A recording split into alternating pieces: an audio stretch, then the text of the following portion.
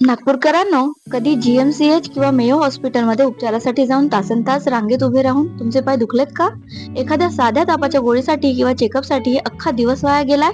तर मग थांबा, कारण नागपूरच्या आरोग्य व्यवस्थेत आतापर्यंतचा सगळ्यात मोठा बदल होणार आहे. सरकार एक असा नियम आणत आहे ज्यामुळे तुमची या त्रासातून कायमची सुटका होऊ शकते. हा नियम काय आहे आणि तुमचा वेळ कसा वाचणार, चला जाणून घेऊया.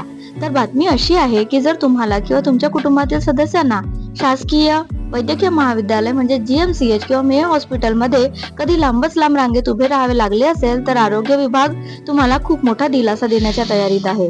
महाराष्ट्र आरोग्य विभाग आता नागपुरातील सर्व मोठी शासकीय वैद्यकीय महाविद्यालय, नागपूर महानगरपालिकेची आरोग्य केंद्रे आणि सार्वजनिक दवाखान्यांना एकाच एकात्मिक नेटवर्कशी म्हणजेच इंटिग्रेटेड नेटवर्कशी जोडत आहे. मुंबईच्या प्रसिद्ध केईएम हॉस्पिटल मॉडेलच्या धर्तीवर ही नवीन यंत्रणा उभारलेली असेल. तर आता सध्या साध्या आणि छोट्या छोट्या आजारांसाठी नागरिकांना थेट जीएमसीएच किंवा मेयो सारख्या मोठ्या रुग्णालयांमध्ये गर्दी करावी लागणार नाही. रुग्णांना आधी त्यांच्या भागातील 51 स्थानिक शहरी प्राथमिक आरोग्य केंद्रांमध्ये आणि पालिकेच्या दवाखान्यांमध्ये पाठवले जाईल.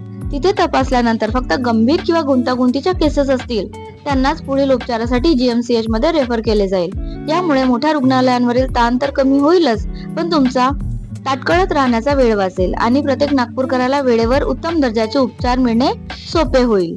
तर आरोग्य विभागाचा हा निर्णय तुम्हाला कसा वाटला? यामुळे खरोखरच सर्वसामान्यांचा त्रास कमी होईल का? तुमचे मत आम्हाला कमेंट बॉक्स मध्ये नक्की कळवा. हा महत्त्वाचा व्हिडिओ तुमच्या मित्रपरिवारासोबत शेअर करायला विसरू नका. नागपूरच्या अशाच ताज्या आणि महत्त्वपूर्ण अपडेट्ससाठी चॅनलला आता सबस्क्राईब करा.